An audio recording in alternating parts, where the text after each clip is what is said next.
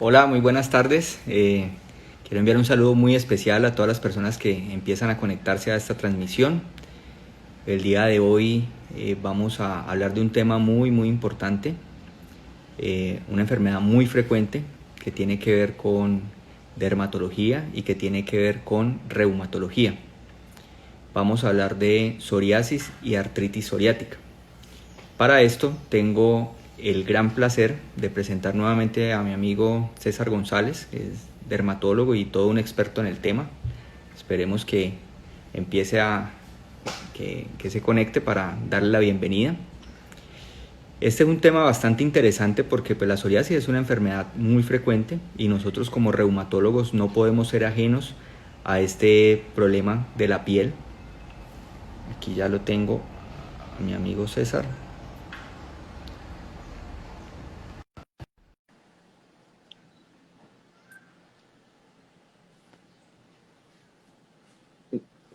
Entonces, hola César, ¿qué más? Hola Carlos, ¿cómo estás? ¿Cómo Bien, va la amigo, vida? ¿cómo? Bien, ¿cómo te ha ido? ¿Cómo van tus cosas? Cuidándonos como todos, Carlos, haciendo consulta con todas las medidas de bioseguridad, implementando el tema de videoconsulta y Ajá. acostumbrándonos a esta nueva normalidad. Ah, sí, así estamos. ¿Y en Bogotá cómo están las cosas? Bueno, tú ya habrás escuchado las noticias con restricciones segmentarias en la ciudad, con las unidades de cuidado intensivo a punto de reventar. Una situación muy compleja la que tenemos en nuestra ciudad. Sí, 10 millones de habitantes. En Cali ya estamos pronto a estar de esa manera. Desafortunadamente mucha gente que no sigue las recomendaciones del ministerio no cree todavía que esto es en serio. No, dime la cantidad de personas que salen a la calle sin tapabocas. Es Es increíble, increíble. es Hacen increíble. ejercicio sin recomendaciones, O se la porque ponen, sienten que el ejercicio y el tapabocas no va bien, entonces deciden que no hay que usarlo. o se lo ponen pero aquí abajo como para cumplir con la norma, pero no entendiendo que eso es realmente para uno cuidarse y proteger uno y proteger a los demás. Sí, ¿Sabes qué me tiene muy sorprendido? El tema de los niños. Muchos niños en el parque, al cuidado de sus niñeras o de las empleadas, sin ningún tipo de medida de bioseguridad. No hay nada que haga pensar que se están cuidando, ni tapabocas, ni jabón, ni gel antibacterial, ni desinfección de las superficies donde los niños van a jugar, ¿no? sí, Como eso si fuese normal, como si no hubiese absolutamente ningún sí, problema, como antes del COVID. O sea, sí, sí, pasó, estamos de vacaciones. Y da sí, un poquito de desafortunadamente, tristeza porque los niños también se enferman. claro. Y los niños puede que afortunadamente no les dé tan duro, pero igual lo transmiten, lo contagian, pueden pegárselo al abuelito, o a los papás o a cualquier otra persona. No sé, estoy preocupado, pero bueno, hablemos de otro tema que nos Sí, guste más por ahora. bueno, entonces, mira, te propongo lo siguiente. Hablemos de psoriasis, hablemos de artritis psoriática y dejemos un espacio porque hay muchas preguntas de otros temas. Dermatología es súper taquillero. Eso cada que uno hace un en vivo, entonces hay 1000 preguntas para el dermatólogo. Es un tema más taquillero que reumatología, lo admito, Pero, no me pero va a pesar recordemos confesar. que no vamos a poder recetar por el live. Eso hay que Ah, no, dejarlo claro. eso, sí, eso es claro. Es decir, se trata de Una unas cremita para las recomendaciones. manchas, una cremita para el acné, una cremita para la rosácea. Bueno, Ujú. es un poco más compleja nuestra profesión Sí, que no, eso. no. Estas transmisiones se trata de orientar a la población en general con recomendaciones generales. Por supuesto, no se trata de que reemplace la consulta médica ni son recomendaciones particulares. Entonces, bueno, para todas las personas que ya se han venido conectando, presento nuevamente a mi amigo César González, una persona muy reconocida en el medio, es una persona, un referente aquí en Colombia para hablar de psoriasis y es un referente no solamente aquí en Colombia, sino también internacional. Has organizado congresos internacionales muy importantes como el RADLA, haces parte de la Psoriasis Foundation, de la Asociación Colombiana de Dermatología, por supuesto, a Socolderma y muchas otras cosas que seguramente se me quedan en el tintero. Entonces, quería aprovechar pues toda esa experiencia para que nos contaras en términos sencillos qué es la psoriasis. ¿Esa enfermedad es frecuente, no es frecuente? ¿A quién le da? cómo se identifica, que nos contaras en general de qué se trata. Mira, la psoriasis es muy particular y qué bueno que empecemos con la psoriasis, que es uno de los temas que más me gusta. La psoriasis es una enfermedad en donde la piel crece más de lo que debería crecer y como crece más de lo que debería crecer, se acumula y forma costras. Costras rojas con descamación persistente que tienden a aparecer en el cuero cabelludo, en los codos, en las rodillas, a veces en la espalda, y que pueden también comprometer zonas particulares, como la región genital, los pliegues o las uñas y la cabeza. Ujú. Y es una enfermedad que ha tomado mucha importancia en los últimos años porque entendimos que era una enfermedad inmunológica. Y quiero que nos detengamos en un momento en eso, Carlos, porque muchos de nuestros pacientes no saben esto. Ajá. Y es que la historia de la medicina ha cambiado notoriamente durante los últimos 15 años. Y cuando tú y yo estudiamos medicina o cuando tú y yo hicimos la especialización, muchas enfermedades eran encasilladas con una causa determinada y Ujú. 15 años después sabemos que no es así, sabemos que son enfermedades que tienen otras causas, que hemos encontrado cuál es el factor disparador y que hemos encontrado una gran cantidad de ayuda en medicamentos y en investigación científica que le han cambiado la historia natural a este tipo de enfermedades. La psoriasis era una enfermedad típica en la cual desde que entraba al hospital, quien abría la puerta al hospital sabía que el paciente tenía psoriasis. O sea, el problema no era el diagnóstico. El Ujú. problema es que muchos de estos pacientes cuando llegaban a la consulta, la única recomendación era acostumbrarse a vivir con la enfermedad. Lo que ocurría cuando estábamos estudiando medicina con la artritis. Sí, ¿Te así acuerdas? era. Los pacientes llegaban casi deformes y las recomendaciones eran simplemente manejo de dolor, algo de fisioterapia, Sí, algo rehabilitación, no preventivo ni, sino rehabilitación. de adaptarse a esa condición. Entonces, si hay Ujú. algo bonito en psoriasis, es que hoy entendemos que ya no es una enfermedad simplemente del aumento del grosor de la piel, sino que el aumento del grosor de la piel es una consecuencia de un efecto inmunobiológico. Es Ujú. decir, hay una alteración en el sistema de defensa del cuerpo y esta alteración provoca como una consecuencia que la piel crezca y no se descame como se debería descamar, pero no es la causa, es la consecuencia. Y como ya entendemos de dónde parte la enfermedad, tenemos innumerables medicamentos que ya están controlando la enfermedad. Tanto así, Carlos, que hoy día cuando un paciente llega a mi consulta con psoriasis, ya la respuesta no es acostúmbrate, esto es difícil, intenta maquillarlo, vístete con ropa que te cubra, sino que para muchos de estos pacientes la respuesta es prepárate a cambiar tu vida, Qué prepárate bueno. a tener actividades al aire libre, prepárate a que este verano vamos a tener piscina para ti y para tu familia.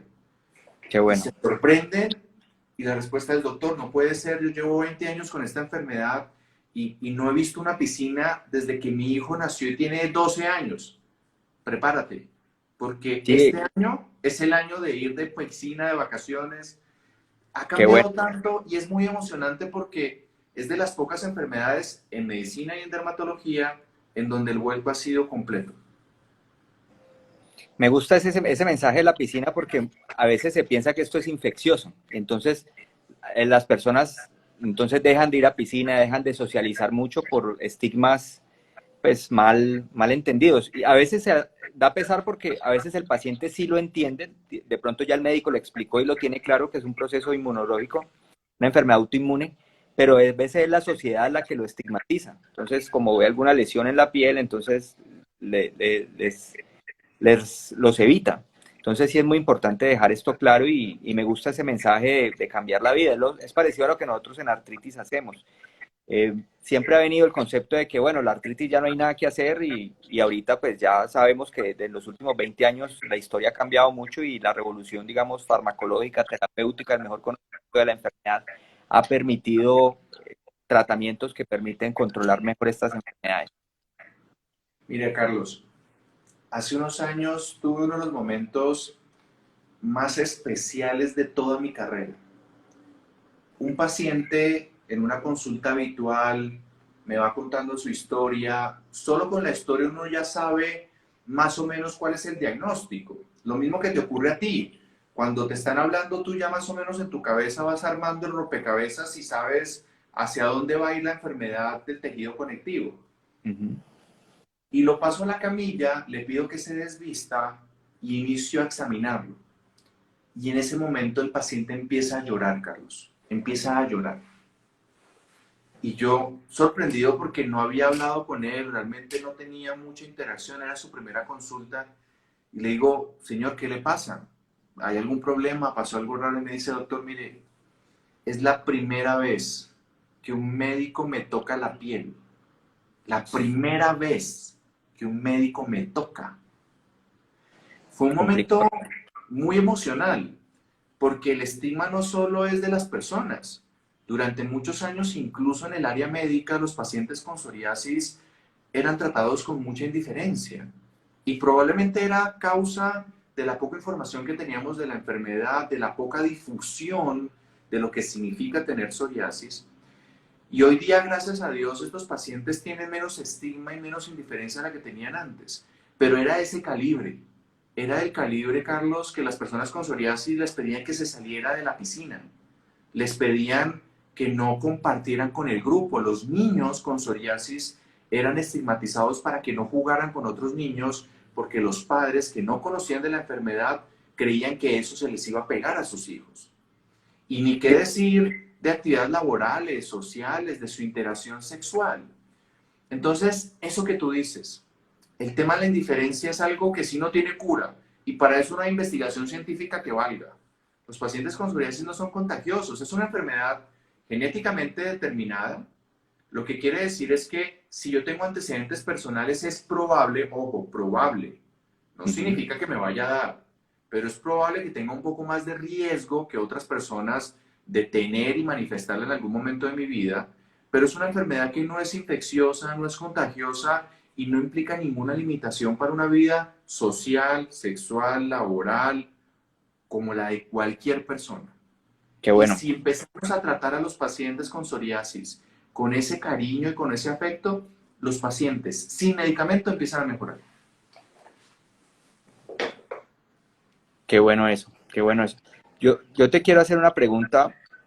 ¿Cómo diferencias, pues evidentemente el examen físico y esto, pero la persona muchas veces confunde esta enfermedad, por ejemplo, con otras enfermedades de la piel, como por ejemplo seborrea, rosácea, como qué orientación puede dar uno para uno identificar de pronto si tiene más una o la otra? Hay claves diagnósticas que son básicas y típicas de la enfermedad. La localización de las lesiones, cuero cabelludo. En la cara casi nunca da la psoriasis. No te puedo decir que nunca, pero sí te puedo decir que es excepcional. Ujú. Detrás de las orejas, los codos, las rodillas, la parte baja de la espalda.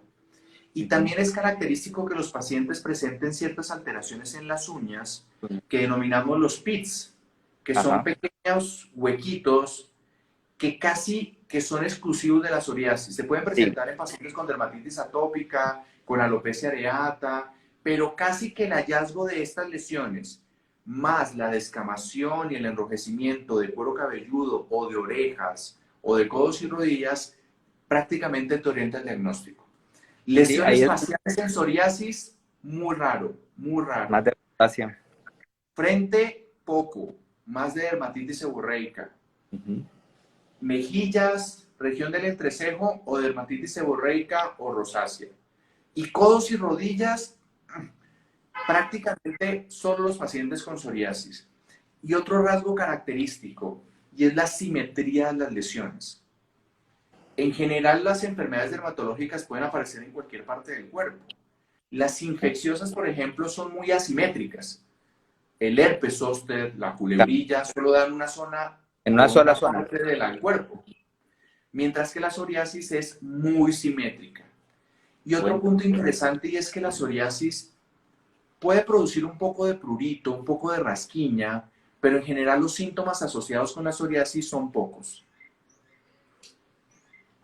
bueno, hablando de eso, pues una de las cosas que uno precisamente tiene que tener en mente y que, digamos, es uno de los motivos por los cuales mantenemos muy en contacto dermatología con reumatología, es que en algunas ocasiones se pueden presentar enfermedad articular relacionada con la psoriasis, ¿sí?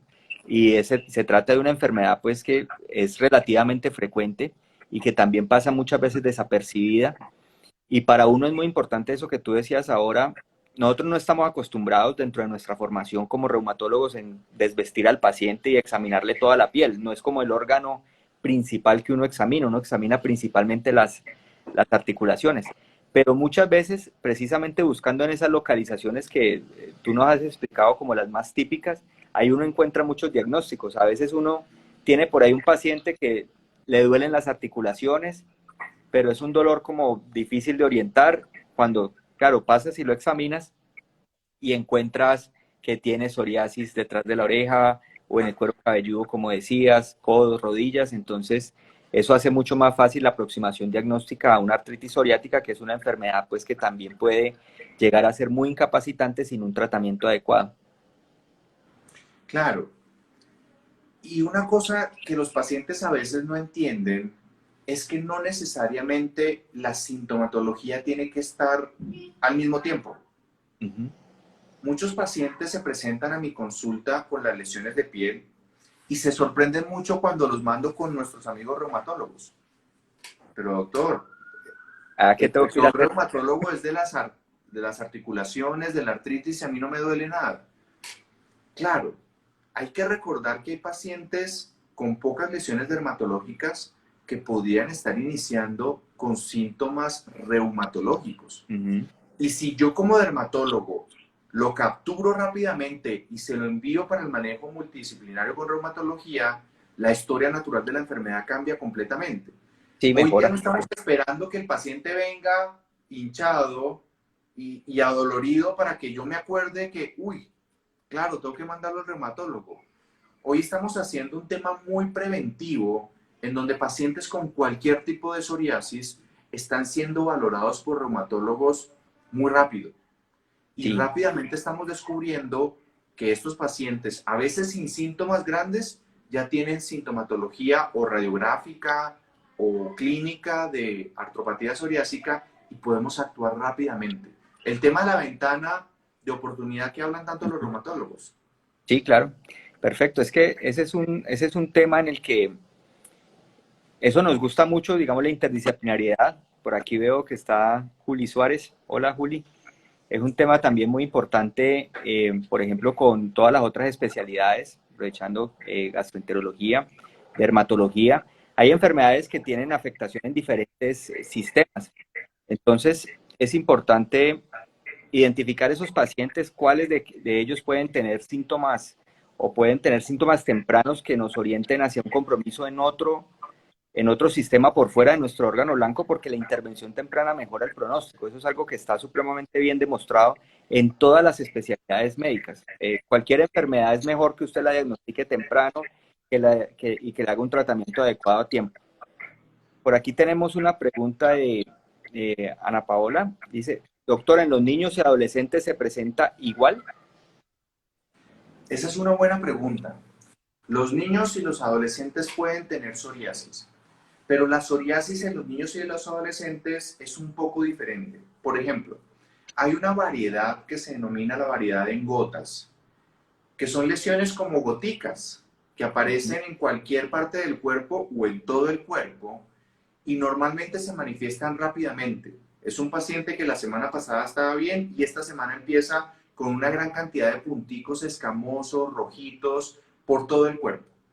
Esta variedad es muy de niños y muy de adolescentes y es una de las formas que tiene más predisposición a desaparecer sola, sin Ve, tratamiento. qué bueno. Y eso es una cosa que quiero decirles a nuestros oyentes, a nuestros seguidores, es la psoriasis de los niños y los adolescentes se comporta un poco diferente a la de los adultos, como ocurre con todas las enfermedades, Carlos. Te ocurre Sí, también con las artritis juveniles, en donde ellos como que se recuperan más rápido, como que tienen un proceso de sanación que genera milagros y que son muy frecuentes. Y veo niños y adolescentes que de un momento a otro entran en remisión de su psoriasis y prácticamente duran así indefinidamente. Entonces, si bien los niños y los adolescentes tienen una forma distinta de presentación, casi siempre son lesiones aisladas, no es tan frecuente los codos, las rodillas y el cuero cabelludo. El problema que tienen es que no se sospecha tan seguido. Entonces siempre se les ve como dermatitis, como alergias, como irritación de la zona del pañal, que es una localización frecuente de la psoriasis infantil, y lamentablemente no llegan tan rápido a la consulta de dermatología pediátrica, donde sería fácil hacer el diagnóstico del tratamiento. Claro. Segundo tema importante en niños y adolescentes es que rara vez necesito tratamientos sistémicos. En los adultos es muy frecuente que necesite algo tomado o algo inyectado, pero en los niños y los adolescentes, con medicamentos tópicos o con pocas sesiones de fototerapia, se mejoran muy rápido. Pero claro, tenemos que estar atentos. Este tipo de lesiones pueden aparecer en los niños y los adolescentes, sobre todo si en la familia hay alguien que tenga psoriasis. El papá, el tío, los abuelos, son datos que tienen que llamar la atención a los padres para consultar rápidamente.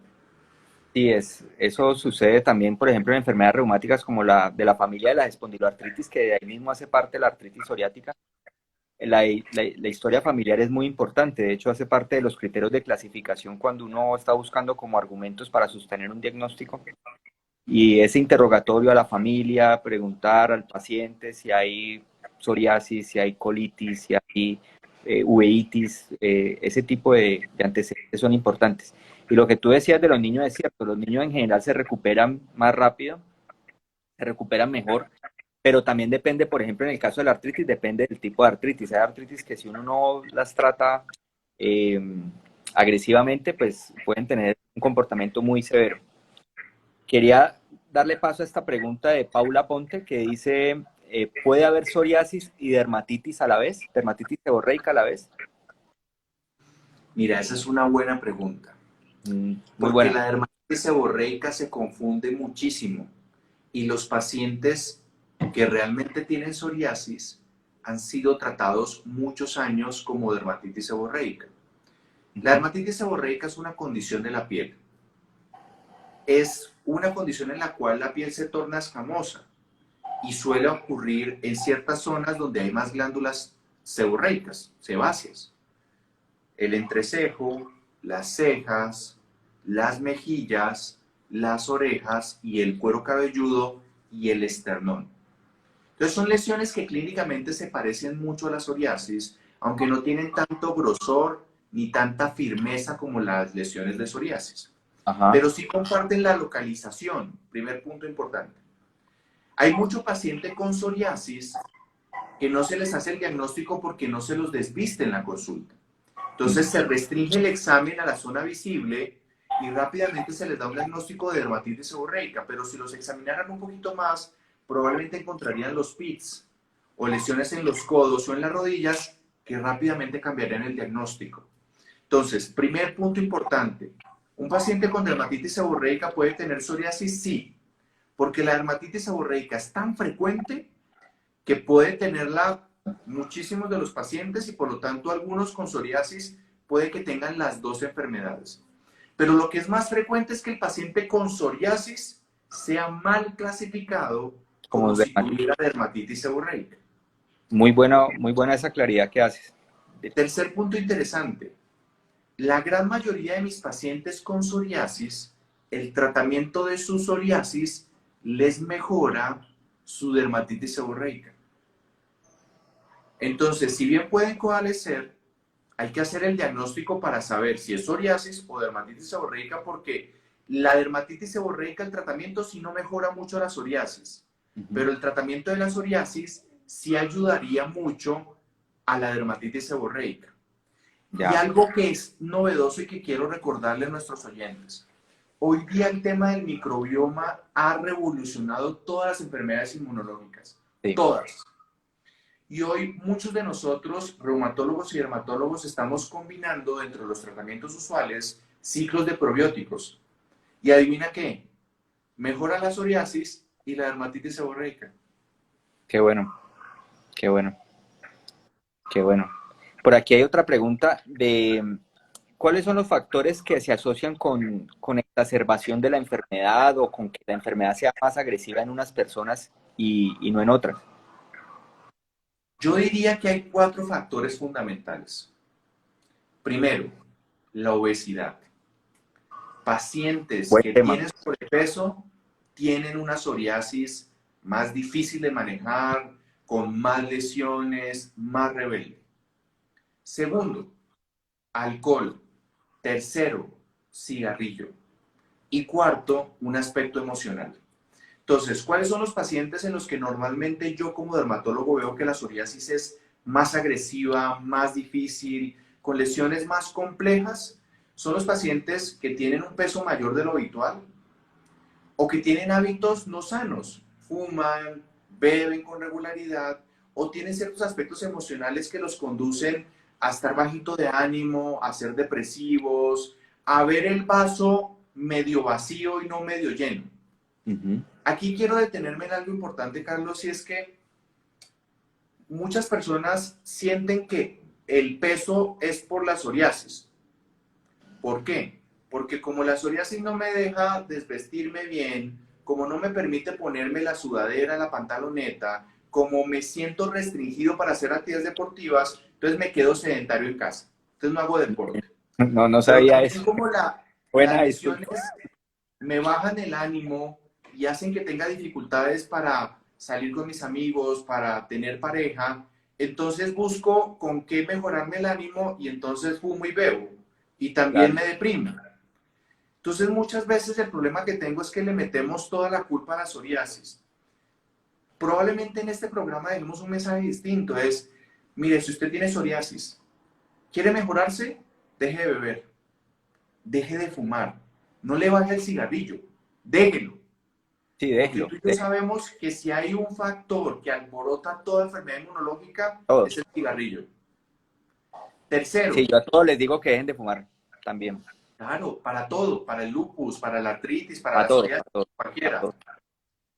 Deje el cigarrillo, deje de beber, coma mejor, empieza a hacer deporte y le aseguro que van a pasar dos cosas en su vida. Uno, la psoriasis se va a mejorar, sin necesidad del reumatólogo ni el dermatólogo, se lo aseguro. Ya de entrada se mejora entre un 30 y un 50%. Y segundo, se le va a mejorar el ánimo. Y si se le mejora el ánimo, el aspecto emocional, que es un disparador de la psoriasis, se diluye y por lo tanto usted se va a mejorar. Es que el problema que tenemos con muchas enfermedades inmunológicas, Carlos, y no sé si te pasa con frecuencia, es que los pacientes sienten que la responsabilidad de la mejoría está en manos del médico y de la inyección, de la pastilla o de lo que me envíe. Sí, Y es sí, al eso, revés. eso pasa mucho. Es decir, muchas veces el paciente llega y como que le descarga la responsabilidad de la enfermedad crónica al médico. Es que mira, a mí me dio esto y ya de ahí para adelante es problema suyo. Entonces, es como, venga, tranquilo, nosotros estamos para ayudarlo y por supuesto es nuestra responsabilidad como médicos y es nuestra vocación porque realmente por eso fue que estudiamos medicina. Pero esto es una enfermedad en la que los dos tenemos que poner y dado que el paciente es el que convive todo el tiempo con la enfermedad, es muy importante que entienda que a veces se necesitan ciertos cambios en su estilo de vida, ciertas modificaciones importantes para poder lograr los objetivos. Por ejemplo, eso que tú has mencionado ahorita de la obesidad es un factor fundamental. A mí a veces me dicen, doctor, pero es que mire, yo me tomo la pasta, pero me sigue doliendo la rodilla. Yo le digo, sí, pero es que cuánto tenemos de sobrepeso, cuánto tenemos, y pues si no se baja de peso, pues no se va a lograr. Ahora tú mencionabas un factor muy importante que es el tema emocional. Eso es algo de mucho cuidado porque los pacientes a veces se molestan cuando uno les dice, mire, pero es que hay que mejorar el aspecto emocional. Entonces dicen, no, es que yo no me estoy ni inventando los síntomas, ni ese es el problema es otro. Entonces hay que entender que hay una parte que es muy orgánica, que tiene que ver con la inflamación de las articulaciones o con la inflamación de la piel, pero también hay una parte que tiene que ver con la autoevaluación del paciente, con la percepción del problema, con la actitud del paciente de querer cambiar, de querer modificar su entorno y que muchas veces tú lo logras es haciendo cambios en todo sentido. Es decir, uno puede tener, ahora que tenemos medicamentos muy buenos para controlar artritis o psoriasis, sabemos que a veces el paciente puede estar bien controlado de la inflamación, pero puede que el paciente no se sienta bien. Le haces el DLQI y se siente mal, a pesar de que ya en teoría debería estar bien.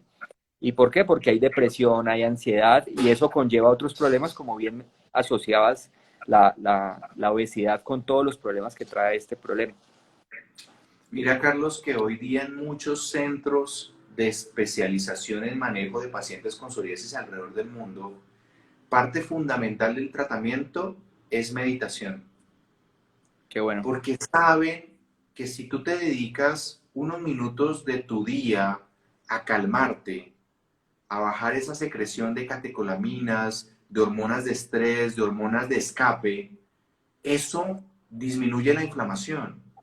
Entonces, el mensaje no es decirles a los pacientes que no se preocupen y que va a estar todo bien, no. Es decirles que los vamos a ayudar y que Ujú. tenemos herramientas muy buenas para ayudarlos. Sí, Pero que también necesitamos un poquito de su parte. claro.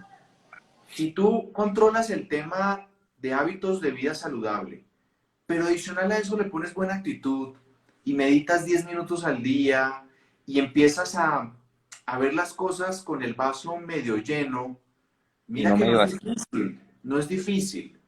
Y esos cambios hacen que el medicamento que yo te inyecte mejore un 20 o un 30%. Es que es increíble, mira, Sí, los sí, sí. estudios se han hecho en reumatología y en dermatología.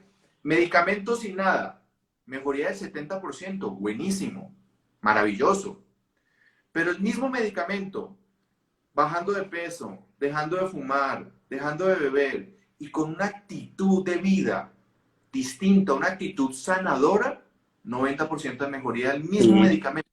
completamente de acuerdo. Entonces, si puedes mejorar solo con un poquito de mejor actitud, ¿por qué no hacerlo? César, por acá tengo una pregunta respecto a los probióticos que mencionabas ahorita. ¿Cómo los utilizabas o cómo los recomendabas o qué Hay recomendaciones varios al tipos de respecto? probióticos. En el Ujú. tema de probióticos hay una gama enorme y hay ya ciertos probióticos especializados para ciertas condiciones, Ujú. gastrointestinales, dermatológicas, reumatológicas. Normalmente yo tengo un par de marcas que les recomiendo a mi paciente dependiendo de su peso, de su edad y de la condición que voy a tratar, si es psoriasis, si es rosácea, si es acné, si es dermatitis seborreica, si es alopecia areata. Pero si es algo importante es decirles que esto no sirve con dos pastillas. Ujú. Normalmente damos un ciclo que debe durar por lo menos 3 meses, que es lo habitual para que haya una renovación de la flora bacteriana, que es lo que estoy buscando con los probióticos, que haya un refuerzo del microbioma natural, que el paciente haga como un reseteo, Ujú. borre lo que tiene hoy día y vaya instaurando una flora mejor, más normal, más fisiológica, y ese es un proceso que nunca dura menos de 3 meses. Ok, muy bien. Mira, hay otra pregunta que estaba allí desde hace rato, la tenía acá. Pregunta, ¿por qué se mancha la piel afectada por psoriasis y qué recomendaciones generales podrías dar para disimular esa mancha de la piel pues que queda por la psoriasis? Mira, lo que les puedo decir es que cuando ya solo hay mancha, quiere decir que el tratamiento está funcionando, Carlos. Ujú. Es lo que llamamos una pigmentación posinflamatoria. Es Ajá. decir, yo mejoro a mi paciente, pero en las zonas donde tenía psoriasis aparecen unas manchas que a veces son o blancas o oscuras. Depende sobre todo del tipo de piel de mi paciente. Y estas, como ya no son enfermedad, como ya no son inflamación, tienden a desaparecer con el tiempo, con algún tratamiento emoliente, con un corticoide suave, con un exfoliante, con un restaurador de la barrera cutánea. Y créeme, cuando ya tengo controlada la psoriasis, ese tipo de pigmentación resuelve rápidamente. El problema es que tengo que estar seguro que la inflamación esté resuelta. Ujú. Porque si le siguen apareciendo brotes, pues ahí la pigmentación no se va a mejorar, porque al lado de la pigmentación va a aparecer una lesión nueva. Y cuando se resuelva esta lesión, pues va a quedar una mancha y mientras esta se estaba mejorando, pues esta aparece y la percepción es que no estoy mejorando de las manchas. Entonces, el punto que yo tengo que alcanzar es desinflamarlo. controlar la inflamación sistémica, controlar su psoriasis. Y una vez está controlada y entra en una etapa que llamamos remisión de la enfermedad, que ocurre tanto en reumatología como en dermatología, ya el tratamiento de la pigmentación postinflamatoria es muy sencillo. Qué bueno, qué bueno. Mira, por aquí hay otras dos preguntas que me parecen muy interesantes. Preguntan por dermatitis atópica en la adolescencia, si eso tiene alguna relación o no tiene relación con psoriasis. Y la otra pregunta, para enlazarla de una vez, es cómo manejar esos pacientes que son alérgicos a los corticoides. Entonces, No sé si se refiere a ayer, los tópicos o a los sistémicos, pero pues yo me imagino que más a los tópicos, será. hasta hace poco tiempo pensábamos que la dermatitis atópica y la psoriasis eran enfermedades diferentes. Y casi que los catalogábamos en dos grupos de enfermedades distintas como antagónicas. Hoy día sabemos que la dermatitis atópica y la psoriasis comparten ciertos factores disparadores y ciertos factores que están relacionados con su causa, que es los linfocitos, o sea, las células de defensa de un linaje especial, de un grupo especial que se denomina TH17. Ajá, Y esto es nuevo. Esto lo sí. sabemos hace 7 u 8 años. ¿No? Y los Antes creíamos Jackie que y... psoriasis era una, dermatitis atópica era otra, iban por caminos antagónicos y usted con dermatitis atópica nunca iba a sufrir de psoriasis o viceversa. Pero pacientes pueden presentar ambas enfermedades, sí. Es poco común, pero lo pueden presentar. Porque hemos encontrado que efectivamente tienen una causa común, que aunque hay muchos disparadores diferentes, hay una vía que comparten, que es la vía TH17. Ujú. Tanto así, Carlos, que hoy día hay algunos de estos medicamentos que se usan para psoriasis que ya están en investigación para su posible utilidad en pacientes con dermatitis atópica. Lo que sí les puedo decir es que cuando un paciente tiene dermatitis atópica, generalmente sigue con dermatitis atópica. Y cuando un paciente tiene psoriasis, generalmente sigue con psoriasis. Es raro que viren de una u otra. O tienen las dos al tiempo, normalmente una más grande que la otra. O sea, normalmente una psoriasis con algunas manifestaciones de dermatitis atópica o una dermatitis atópica con algunos hallazgos de psoriasis, Ujú. o tienen psoriasis o tienen dermatitis atópica.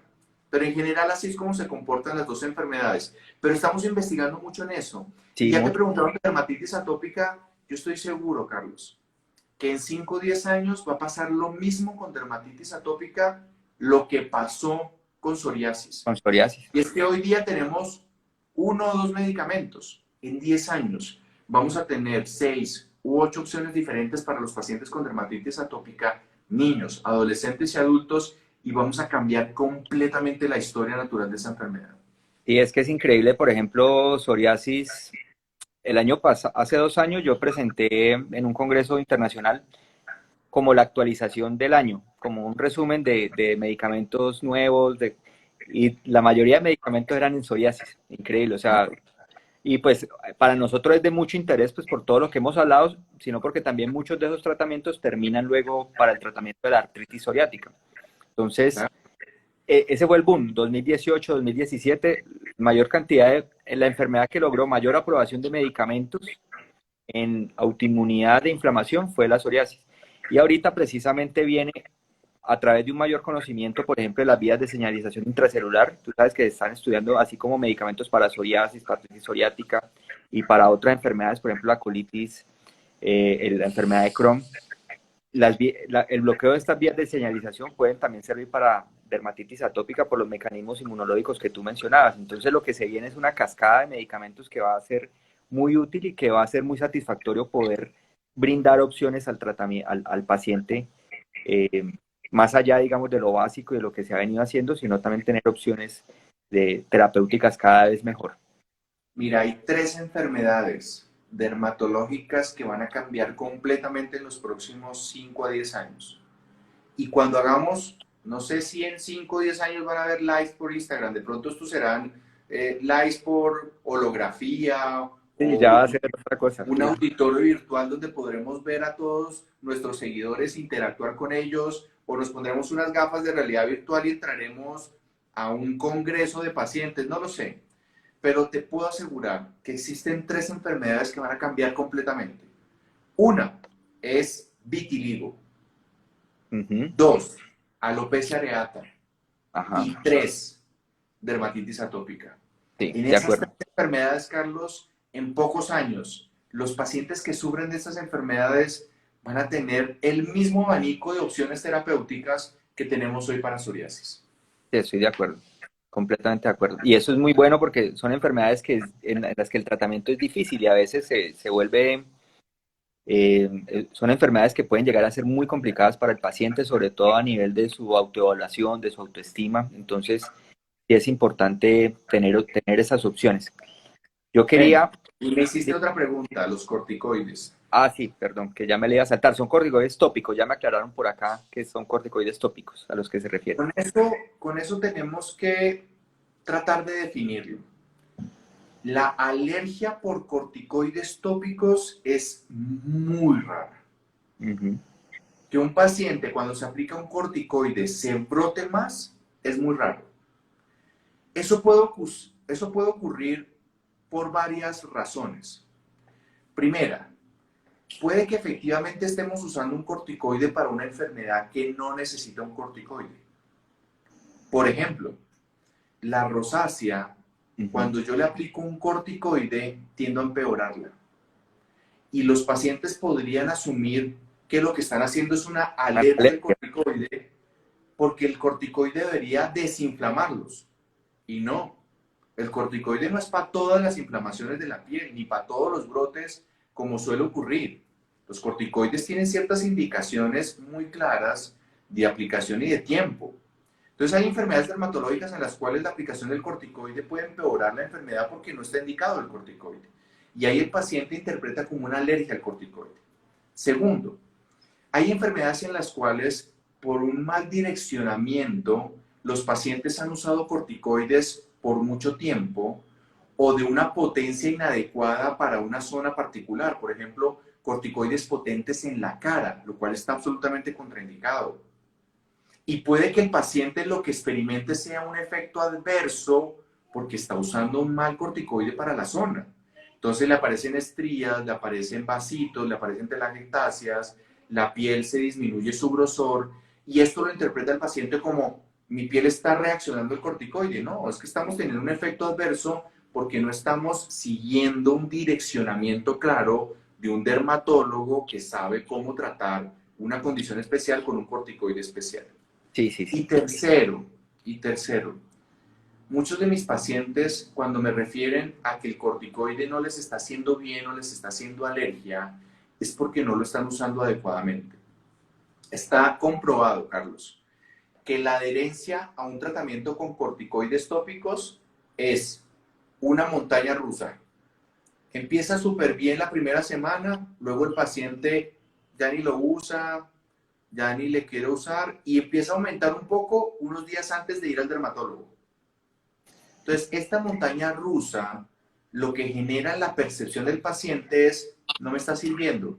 No, no, no me está sirviendo, no, lo que pasa es que no lo estoy usando bien. No lo estoy usando con la regularidad que me describieron en la fórmula médica.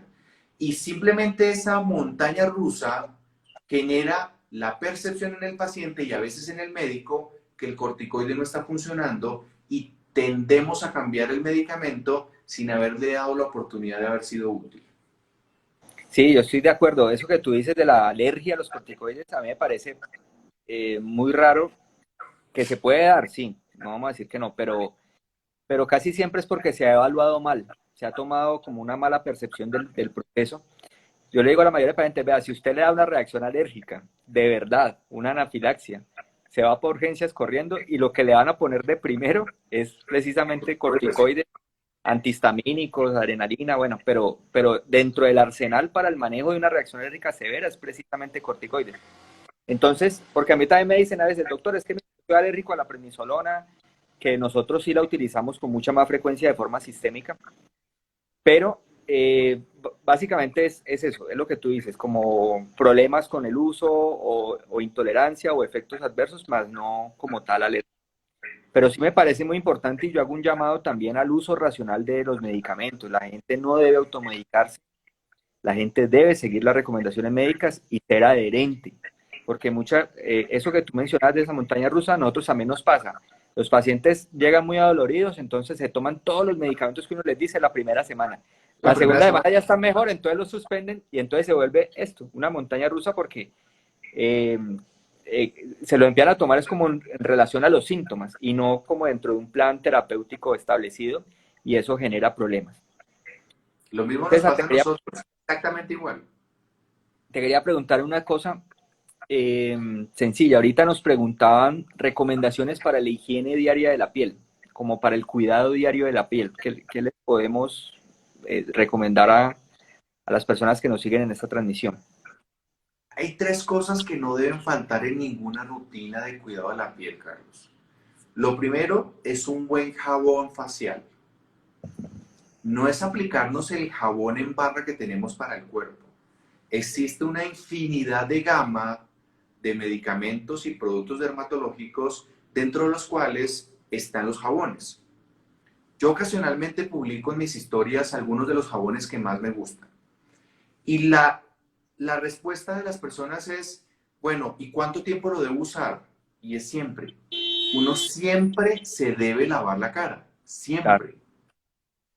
Mañana y noche o por la noche, pero por lo menos una vez al día. Y debe usar un producto dermatológico de limpieza facial. Hay espumas, hay Sindet, hay exfoliantes, hay mil variedades de jabones faciales para hacer la limpieza. Y esto debe ser por lo menos una o dos veces al día, porque durante el día estamos expuestos a polución, a gran cantidad de bacterias porque nos tocamos la cara, a gran Ujú. cantidad de químicos porque nos lavamos las manos y nos tocamos la cara, a la secreción del sebo, a la flora bacteriana habitual que tenemos, que también puede crecer en condiciones distintas. Y por lo tanto la limpieza siempre debe incluir un jabón facial. Segundo, un suero. Un suero hoy día ha cambiado completamente la forma como nos cuidamos el rostro. Un suero que tenga antioxidantes. Me encantan los sueros que son con vitamina C, que son con florretín, que tienen todos esos antioxidantes que ya están microcapsulados y que ofrecen la posibilidad de que el paciente realmente reciba un tratamiento dermatológico. Y hay 10.000 sueros. Normalmente vienen en goteros, normalmente son para aplicación 3 o 4 gotas alrededor de la cara y dejar que se absorban. Y finalmente, un buen protector solar. Los protectores solares deben decir que son resistentes contra UVB y UVA. Ujú. Y hoy día incluso ya están apareciendo los que mencionan que son contra luz azul, que es la que procede de los aparatos electrónicos. Y esta aplicación de protector solar de un factor que no debe ser menor de 30, cuando estamos hablando de UVB, y que debe tener incluso protección de UVA para que sea de amplio espectro, con aplicaciones mañana y tarde. Si tenemos un buen jabón dermatológico y hacemos una limpieza mañana y noche, si tenemos un buen suero con vitamina C, con antioxidantes, con acelaico, con florretín, con cualquiera de estos productos que tienen un efecto antioxidante comprobado. Y adicional a esto le sumamos un buen protector solar, esa rutina es ganadora. Y con esa podemos empezar a tratar la gran mayoría de las patologías cutáneas. Qué bueno, qué bueno. Aprovecho para hacerte otra pregunta relacionada en parte. A veces la gente se queja mucho de resequedad en la piel. ¿Qué recomendaciones básicas se le puede dar? De hecho, hoy es el Día Mundial del Síndrome de Sjögren. Yeah. A tratar la próxima semana de hacer una transmisión de esa enfermedad. Pero pues la resequedad es un síntoma muy frecuente. La gente lo manifiesta como con piquiña en la piel. Las enfermedades reumáticas se asocian mucho con síndrome seco. Entonces, aprovecharte para preguntarte qué, qué recomendaciones nos puedes dar. Mira, tú ya lo mencionaste. Cuando yo tengo un paciente con piel seca, yo tendría que estudiar a ese paciente. Y el problema es que muchos de los pacientes con piel seca simplemente recurren al farmacéutico o a la amiga o a la que vende productos y se aplica una crema humectante. Sí, Y ahí no acaba el tema. Tú no te imaginas la cantidad de pacientes que vienen a mi consulta en donde son diagnosticados con problemas de tiroides y el único síntoma que tenían cuando yo los vi era resequedad. sí, Y les pido una prueba sencilla, básica, de hormona estimulante de la tiroides y resulta que tienen la tiroides completamente descontrolada. Pacientes con enfermedades renales también son propensos a tener una resequedad extrema. Y obviamente pacientes con manifestaciones reumatológicas. Entonces, la primera recomendación es que la piel seca debe estudiarse debe con estudiar. exámenes básicos. Nadie está pidiendo una angioresonancia, un estudio molecular, un estudio genético. Oye, es un chequeo rutinario. Y yo quiero invitar a nuestros oyentes, a nuestros seguidores, que si tienen piel seca, por favor, hablen con su médico de cabecera y pídanle que le haga un chequeo general que incluya pruebas de función renal, glicemia y tiroides. Con eso ya hemos descartado una gran cantidad de causas de serodermia, que es como hablamos los dermatólogos, la resequedad de la piel. Segundo, hay que aprender a usar el jabón. Seguimos con esa idea mental que nos inculcaron los comerciales de televisión de cuando éramos pequeños. ¿Te acuerdas de esos muñequitos que se enjabonaban y se enjabonaban y quedaban como una motica de burbujas? Eso se nos quedó en el chip a muchos de nosotros y tengo pacientes que si no se enjabonan de esa zona, se sienten sucios. Y eso es una causa muy frecuente de resequedad. El jabón se usa en sitios de olor, axilas, genitales, manos y pies. Punto. Uno necesita jabón en otras zonas. El jabón en otras zonas lo que puede hacer es que se deposita, interactúa con las células cutáneas y genera picor porque se genera como un efecto adverso, como si fuera un residente anormal de la piel. Es que no deberíamos tener piel en esos sitios distintos a los sitios de olor. Tercero, detergentes. Más en esta época, Carlos. Veo que la gente, si antes usaba una tapita de detergente, ahora usa una garrafa para que quede más limpia. Claro, queda más limpia, pero también queda más llena de residuos, más residuos de detergente y son prendas que están conmigo todo el tiempo. Estamos vestidos con la prenda y con los residuos del detergente. Claro. Y por lo tanto, esta es una causa frecuente de resequedad. Y cuarto, el uso excesivo de suavizantes. Me encantan los suavizantes. Cuando voy al supermercado los pruebo todos y con mi esposa somos fans de mirar cuál nos gusta este mes y cuál sabanita y cuál toalla va a oler más rico esta temporada. Pero es que también exceden, Carlos, y le aplican suavizante a las medias, a los interiores, a todas las camisas del bebé hasta el adulto, en todas las sábanas. Y los suavizantes pueden tener perfume, tienen ciertos saborizantes y ciertas sustancias químicas para que huela rico, para que dé esa textura, que también se impregnan en la piel y también son una causa frecuente de resequedad. Entonces, estudiar al paciente, aplicar un buen humectante normalmente dermatológica 2 veces al día, después del baño y antes de acostarnos. Enjabonarnos con jabón en sitios de olor, axilas, genitales, manos y pies. Y un uso racional del detergente y del suavizante. Con Muy eso, bueno. el 50% de los pacientes mejoran. Buenísimo. Yo creo que es súper claro eso. Mira, nos quedan 5 minutos y por acá tengo todas algunas preguntitas, entonces, pues para resolverlas. Preguntan, ¿la psoriasis genera alopecia? En algunos pacientes sí.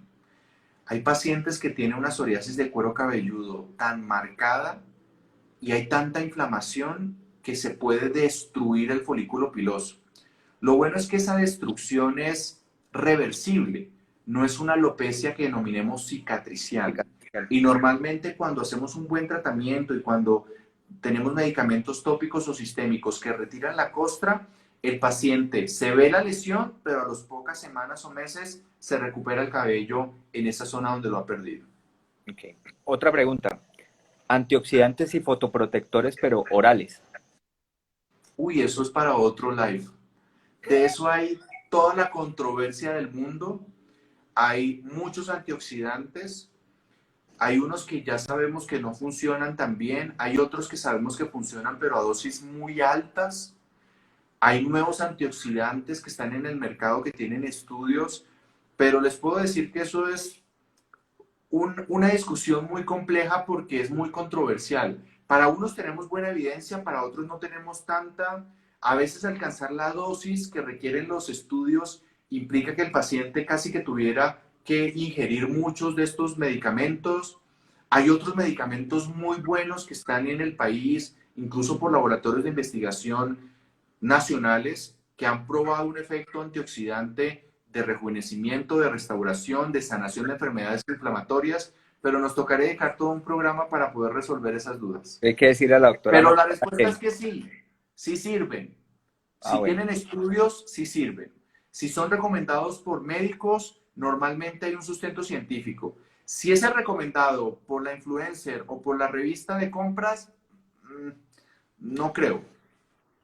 Bueno, entonces, para la doctora Ana Paola, que fue la que hizo la pregunta, para estar pendiente del live de cuando se hable de este tema. Lo otro, ¿por qué se generan hongos en el cuero cabelludo o en la piel de la cara? Mira, les voy a decir, los hongos en el cuero cabelludo y en la cara son poco frecuentes. Si yo veo un paciente al año que realmente tenga un hongo en la cara o en el cuero cabelludo, es mucho. Lo que pasa es que la gente está muy acostumbrada a decir que todo lo que descama, pica o enrojece la Es un piel es un hongo. hongo. Y esa es una idea generalizada que hemos tenido desde pequeños. Ujú. Por lo tanto, a veces es difícil cambiarle ese concepto. Casi que yo a veces ni siquiera me desgasto y le digo, sí, sí, es un hongo, y doy el tratamiento que corresponde. Pero hongos en la cabeza o en la cara son muy, muy raros. Verdaderas infecciones por hongos. Lo que sí tenemos es que la flora bacteriana normal, Ujú. el microbioma normal de la piel incluye muchas bacterias y también muchos tipos de hongos que son buenos, normales y necesarios para la homeostasis de la piel. Y a veces se confunden esos hongos normales con Sí. enfermedades. Bueno, otra pregunta, yo creo que ya sería la última. Yo sé que pues el objetivo no es hablar de recomendaciones específicas de medicamentos ni nada de eso, sino que me han hecho insistentemente que preguntara por el calcipotriol, por el calcipotriol betametasona, si son tratamientos que pueden servir para Maravilloso. tratamiento de... Metasona calcipotriol es un producto disponible en Colombia y es una de las primeras elecciones cuando requiere un tratamiento tópico para pacientes con psoriasis. Buena efectividad, pocos eventos adversos y un perfil de aprovechamiento con otros tratamientos muy alto. Listo. Bueno, entonces en este momento ya me salió el aviso, nos quedan menos de 2 minutos, entonces pues primero agradecer a todas las personas que se han conectado. Hemos hecho un live muy, muy interesante con buenas preguntas, buena participación de la gente, de verdad que esto nos alegra mucho y pues nos motiva para continuar haciendo este tipo de reuniones. Agradecerte a ti, César, por tu deferencia, por tu amabilidad y sobre todo felicitarte por la forma como explicas. Me encanta eso, uno, dos, tres, está como para noticiero. Como... Total, yo crecí con Noticias uno, creo. Sí, sí, está como para... y hacerles también una invitación, el próximo sábado, 25 de julio, en mi canal de Facebook haremos un simposio de pacientes. Es una transmisión que durará 5 horas y en la cual van a participar más de 10 conferencistas nacionales, internacionales, pacientes y médicos, en los cuales vamos a hablar vamos a tratar de abordar la mayoría de las enfermedades reumáticas, entonces pues todos están invitados. Entonces Súper. Chévere la iniciativa. Gracias por tu invitación, Carlos. Disfruto mucho tus live. Gracias a todos los que se conectaron. Muy chévere las preguntas, me encantaron. muy chévere, sí, hacemos el otro mes, ¿te parece? Listo. Abrazo. Bueno, un Chao. abrazo, que esté muy bien, saludos a todos. Chao, chao. Gracias. Déjalo colgado. Sí, seguro.